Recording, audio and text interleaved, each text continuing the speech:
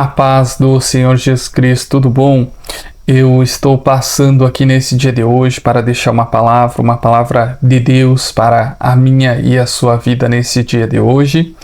E essa palavra se encontra lá no Evangelho de Lucas, capítulo 7, que nos diz o seguinte: depois de concluir todos esses discursos perante o povo, entrou em Cafarnaum e o servo de um certo centurião, a quem este muito estimava, estava doente, moribundo, e quando ouviu falar de Jesus, enviou-lhe uns anciões dos judeus, rogando-lhe que viesse curar o seu servo. E chegando eles juntos de Jesus, rogaram-lhe muito, dizendo: é digno de que lhe conceda isso, porque ama a nossa nação, ele mesmo nos edificou a sinagoga.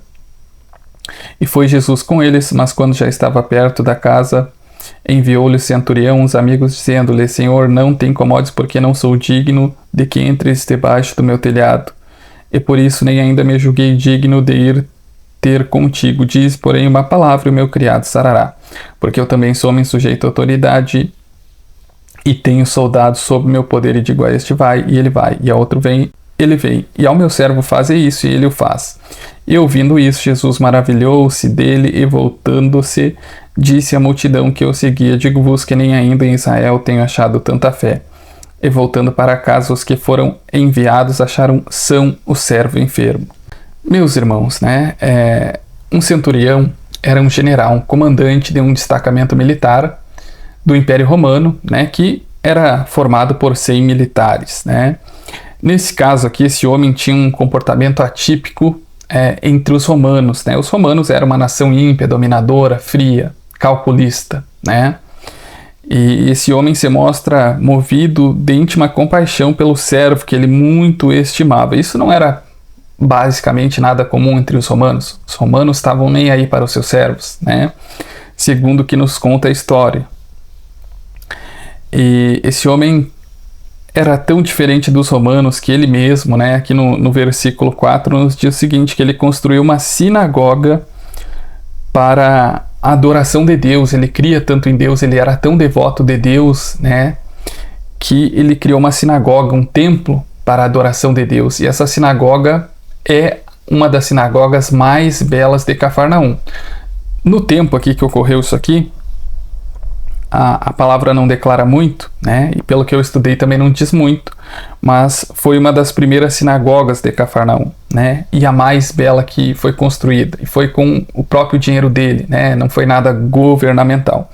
Então nós vemos o tamanho da fé que esse homem tinha em Deus, E o Senhor Jesus Cristo, quando vai indo até a casa desse centurião, esse homem envia alguns amigos até o Senhor Jesus Cristo e diz: Senhor, não te incomodes, porque não sou digno de que entre debaixo do meu telhado, e por isso nem ainda me julguei digno de ir ter contigo. Dize, porém, uma palavra e o meu criado sarará. Esse homem, por ele ser romano, os romanos eram idólatras, eram ímpios, eles praticavam inúmeras abominações diante de Deus. Então esse homem, vendo que o Senhor Jesus Cristo era o Filho de Deus, que era limpo, que era puro, que era bondoso, que era misericordioso, e que era divino, ele se sentiu indigno que o Senhor Jesus Cristo entrasse debaixo do telhado dele, e se sentiu indigno também de ir falar com o Senhor Jesus Cristo. Mas ele diz que apenas uma palavra do Senhor Jesus Cristo era o suficiente para curar o servo dele que estava enfermo. Nós vemos mais uma vez a fé desse homem. A primeira fé que foi manifesta foi através dos atos, da ação, Quando ele construiu uma sinagoga para a adoração de Deus, e agora logo em seguida ele diz que o Filho de Deus, com apenas uma palavra, curaria o seu servo que estava enfermo. Então nós vemos a fé manifesta de duas formas: através dos atos, e através das palavras. Amém, meus irmãos? E aí, mais uma vez, ele reconhece o poder e a autoridade do Senhor Jesus Cristo, quando ele diz o seguinte: porque eu também sou homem sujeito à autoridade, e tenho soldados sob meu poder, e digo a este vai, e ele vem, e a outro...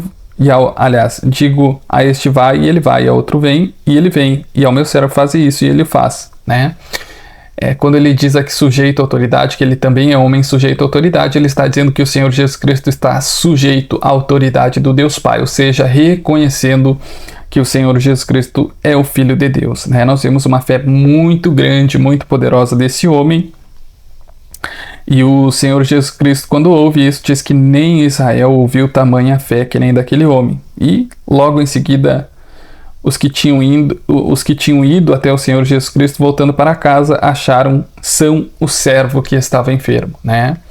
Nós vemos a fé desse homem, meus irmãos. A fé manifesta através das obras, né? Como nos diz lá em Tiago, né, que a fé ela é evidenciada através das obras, que a fé sem obras ela é morta. E logo em seguida, inúmeras vezes, ele professou a sua fé através de palavras, né, dizendo que apenas uma palavra do Senhor Jesus Cristo era o suficiente para que o seu criado fosse curado, dizendo que o Senhor Jesus Cristo era homem sujeito à autoridade, né, ou seja, era o Filho de Deus. E o que eu quero dizer para você nesse dia de hoje, primeiramente, é tenha fé.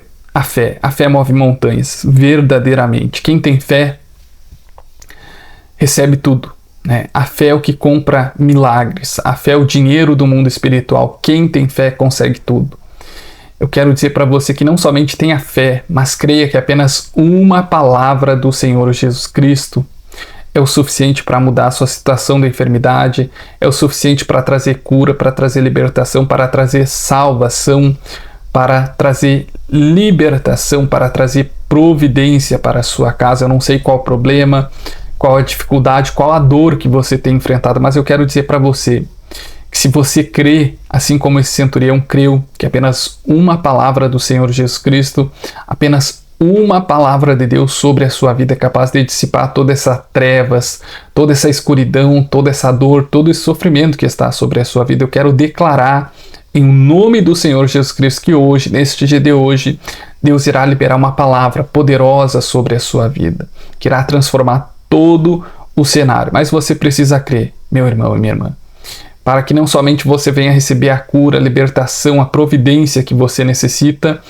mas que você venha receber a sua salvação, que você venha receber o perdão dos seus pecados, que você venha ser batizado com o Espírito Santo de Deus, para que o dia que o Senhor Jesus Cristo vier julgar a humanidade, buscar a igreja dele, você não seja condenado, você não seja jogado no lago de fogo, assim como os ímpios, os zombadores, os escarnecedores serão condenados, irão chorar, irão gemer, né? Mas não se arrependeram de seus pecados, não confessaram o Senhor Jesus Cristo como seu único e suficiente Salvador, e aí será tarde, meus irmãos. Mas eu quero dizer que nesse dia de hoje, o Senhor Jesus Cristo está liberando uma palavra de salvação, uma palavra de cura, de libertação e de transformação sobre a sua vida. Amém, meu irmão?